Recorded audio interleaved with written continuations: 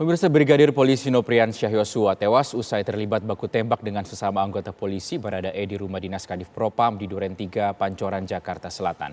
Sementara pihak keluarga Brigadir Polisi Yosua menemukan ada kejanggalan dari jenazah korban. Terdapat 4 luka tembak dan luka sayatan akibat senjata tajam di tubuh korban. Kita sudah bersama dengan pakar psikologi forensik, Mas Reza Indragiri Amril. Mas, Assalamualaikum, selamat siang Mas Reza. Waalaikumsalam warahmatullahi wabarakatuh. Mas Reza, kejanggalan demi kejanggalan ini disampaikan oleh pihak keluarga. Bagaimana Mas Reza melihatnya?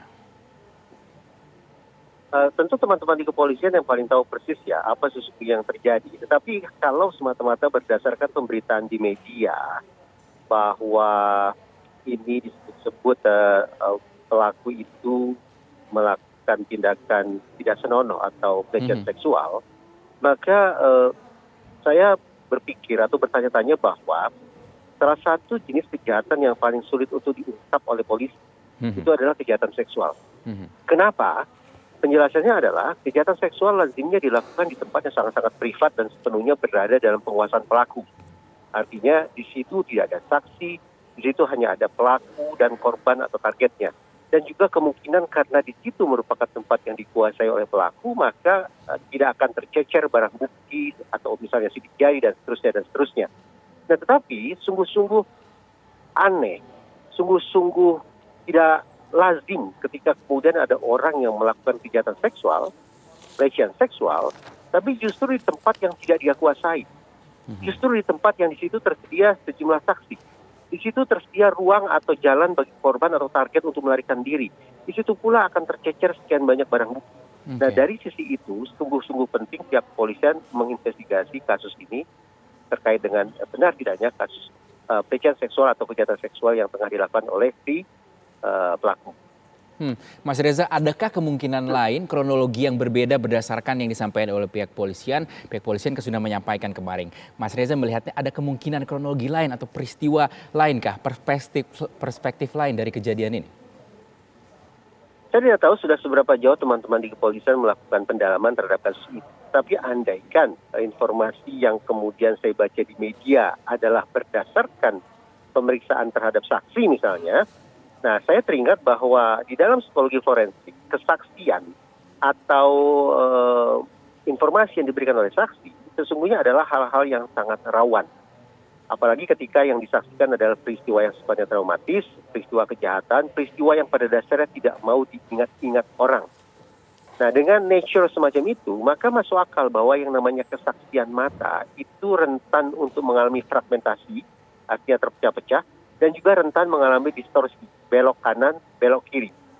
Atas dasar itu, dengan pemahaman bahwa ternyata pemeriksaan yang mengandalkan kesaksian saja ternyata ringkih, maka tetap perlu dicari alat-alat bukti lainnya, termasuk kemungkinan adanya memeriksa saksi tambahan lainnya.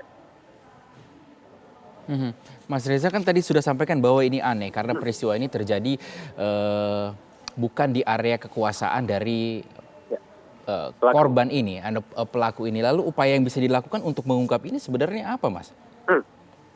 Oh ya, ketika saya sebut kata pelaku itu maksudnya konteksnya adalah terkait dengan yang diwartakan sebagai pelecehan seksual ya. Jadi karena pada saat yang sama si pelaku ini juga sepertinya menjadi korban, yaitu korban penembakan. Walaupun kemudian kompleksitas masalahnya tetap harus diurai sedemikian rupa oleh polisi.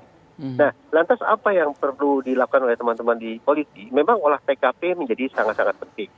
Pemeriksaan terhadap kondisi luka, membandingkan antara informasi atau kesaksian dengan seberapa jauh isi kesaksian itu berkesesuaian dengan situasi di lapangan.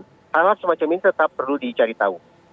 Demikian pula, dengan jumlah tembakan yang sedemikian banyak, saya pun bertanya-tanya, adakah kemungkinan pengaruh miraskah itu, pengaruh narkobakah itu bermain-main di dalam diri para penembak tersebut?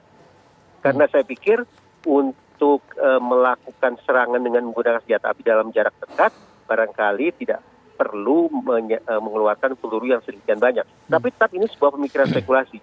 Karena yang dikeluarkan pelurunya sedemikian banyak, maka sekali lagi relevan untuk dicari tahu seberapa jauh kondisi kesadaran, seberapa jauh kondisi kewarasan pada momen tembak-menembak itu berlangsung. Periksa darah, periksa kemungkinan pengecekan organ fisik korban atau pelaku untuk mengetahui jejak-jejak narkoba maupun miras yang mungkin ada.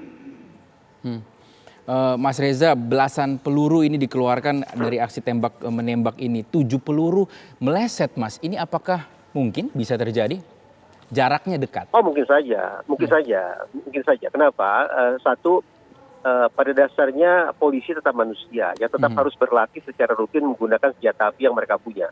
Kalau kemudian sudah lama latihan itu tidak dilakukan, kebiasaan menggunakan senjata api, jam terbang, tembak-menembak juga minim, masuk akal kalau kemudian meleset.